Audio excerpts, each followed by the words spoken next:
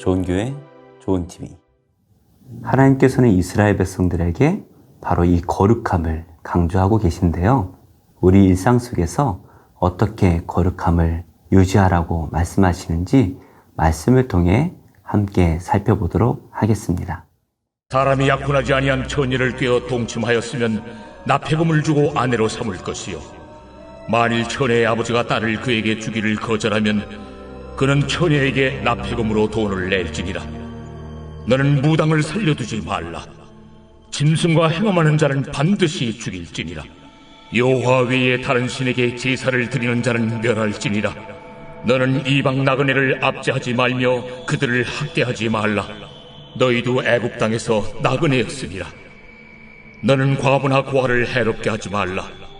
내가 만일 그들을 해롭게 함으로 그들이 내게 부르짖으면 내가 반드시 그 부르짖음을 들으리라. 나의 노가 맹렬함으로 내가 칼로 너희를 죽이리니 너희의 아내는 과부가 되고 너희 자녀는 고아가 되리라. 내가 만일 너와 함께한 내 백성 중에서 가난한 자에게 돈을 구워주면 너는 그에게 채권자같이 하지 말며 이자를 받지 말 것이며, 내가 만일 이웃의 옷을 전당 잡거든 해가 지기 전에 그에게 돌려보내라. 그것이 유일한 옷이라. 그것이 그의 알몸을 가릴 옷인즉 그가 무엇을 입고 자겠느냐. 그가 내게 부르짖으면 내가 들으리니 나는 자비로운 자임이니라. 너는 재판장을 모독하지 말며 백성의 지도자를 저주하지 말지니라. 너는 내가 추수한 것과 내가 짜낸 즙을 바치기를 더디하지 말지며, 내 처음 난 아들들을 내게 줄지며, 내 소와 양도 그와 같이 하되 이랫동안 어미와 함께 있게 하다가 여드레 만에 내게 줄지니라. 너희는 내게 거룩한 사람이 될지니 들에서 짐승에게 찢긴 동물의 고기를 먹지 말고 그것을 개에게 던질지니라. 오늘 말씀에서 하나님께서는 먼저 처녀를 꿰어서 사랑을 나누었을 때 어떻게 해야 될 것인지 규범을 주시는데요. 이 당시에는 처녀성이 매우 중요했던 것 같습니다. 그래서 처녀와 함께 사랑을 나누었다면 책임을 져야 하는데요. 마땅히 그 여인을 아내로 맞이하라 말씀하십니다. 그러나 신부의 부모에게 일정 금액을 제공하고 아내로 데려올 것을 말씀하시는데요.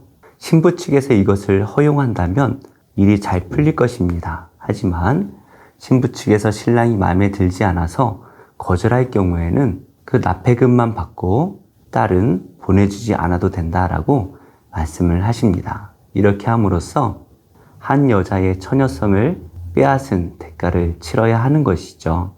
이어서 하나님께서는 세 가지의 반드시 죽여야 할 죄에 대해서 말씀을 하시는데요.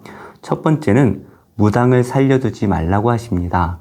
우리로 말하면 제사장이죠. 우상의 제사장들을 이스라엘 땅 안에서 살려두지 말 것을 명령하시고요. 두 번째로는 짐승과 행음하는 자를 반드시 죽이라 말씀하십니다. 이 당시에 우상 숭배 행위 가운데 이러한 일이 있었던 것 같아요.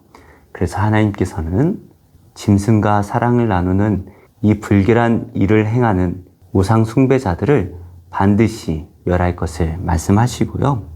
하나님 외에 다른 신들에게 제사를 드리는 이 모든 행위를 하는 자들을 멸할 것을 말씀하십니다.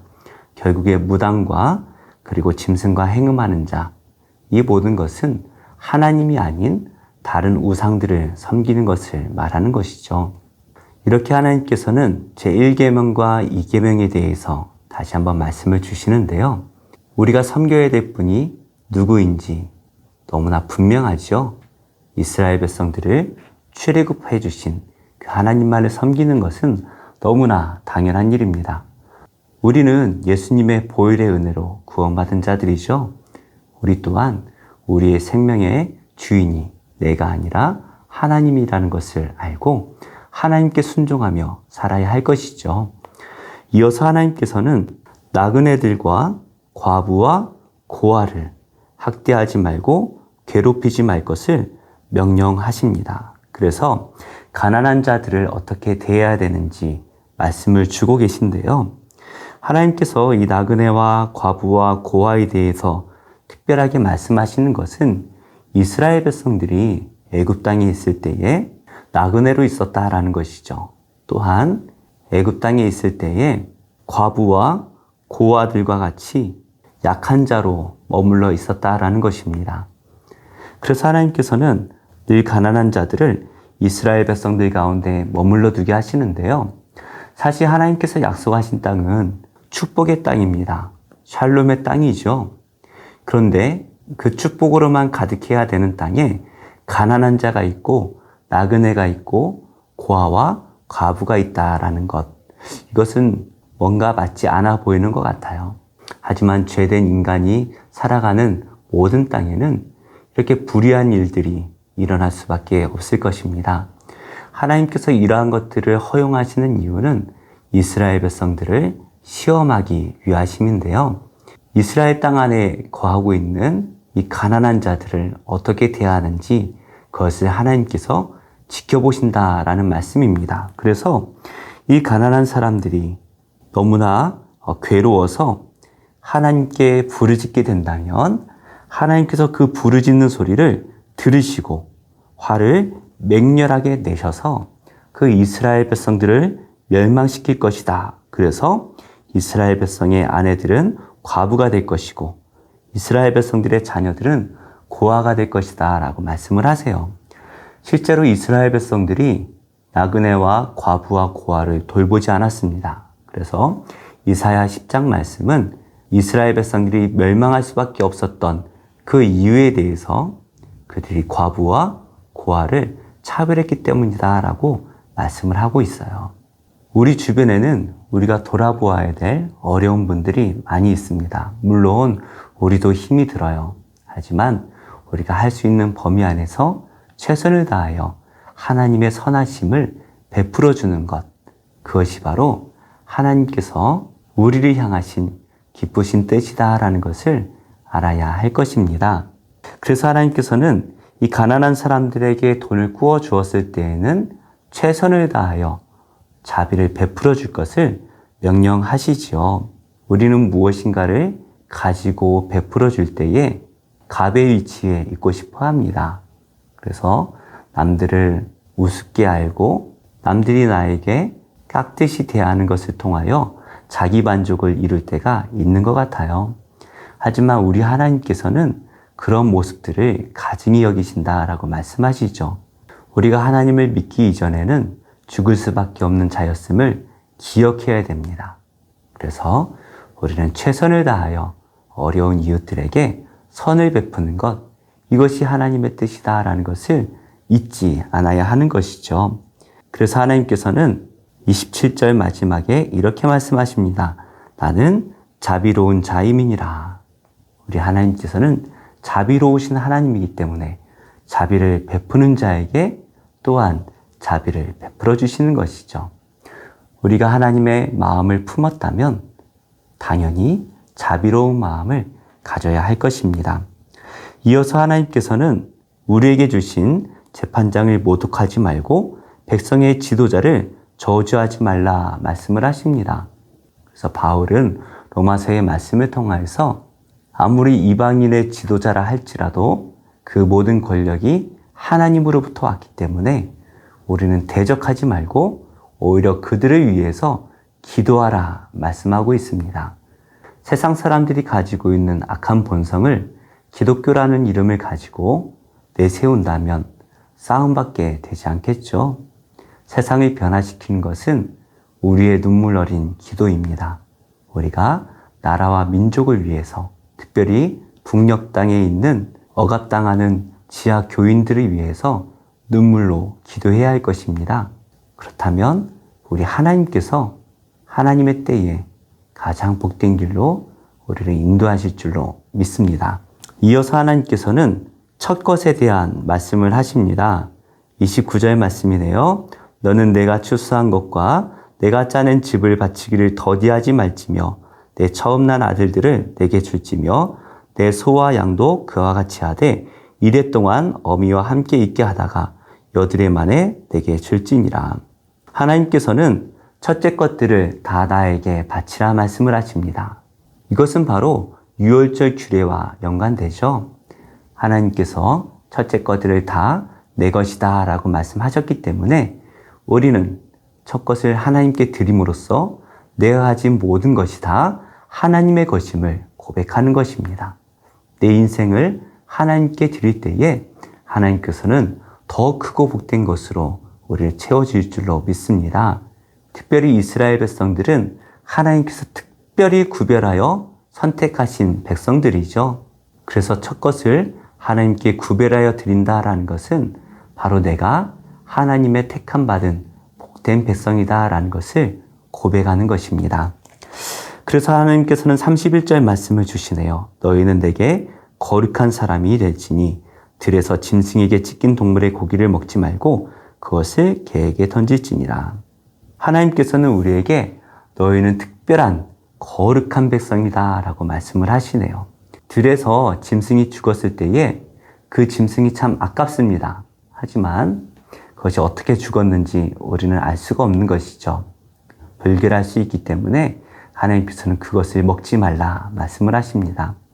그렇게 함으로써 하나님의 거룩한 백성들은 좋은 것만, 더 선한 것만 먹고 마시고 누리도록 말씀을 하시는 것인데요. 우리가 세상 사람들이 하는 것들이 좋아 보인다고 해서 그것들을 따라 산다라는 것은 하나님께서 기뻐하지 않으시죠. 우리는 구별된 백성입니다. 말씀의 결론을 맺겠습니다. 우리는 하나님께서 거룩하게 구별한 하나님 나라의 왕 같은 제사장이다 라고 말씀을 하십니다. 얼마나 복된 자들입니까? 하나님을 믿지 않는 법이 없는 이 세상 사람들과 같이 내 마음대로 살아갈 것이 아니라 하나님께서 기뻐하시는 거룩한 제사장의 모습으로 살아가야 할 것입니다. 그러할 때에 하나님께서는 우리를 특별히 사랑하시는 복된 자녀로 삼아주실 줄로 믿습니다. 오늘 하루도 하나님의 복된 자녀로 살아가시는 거룩한 백성이 되시기를 예수님의 이름으로 축복합니다. 나의 소망 되신 주 주를 바라봅니다.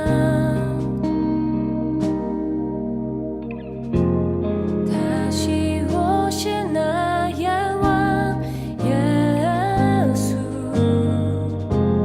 주를 기다립니다.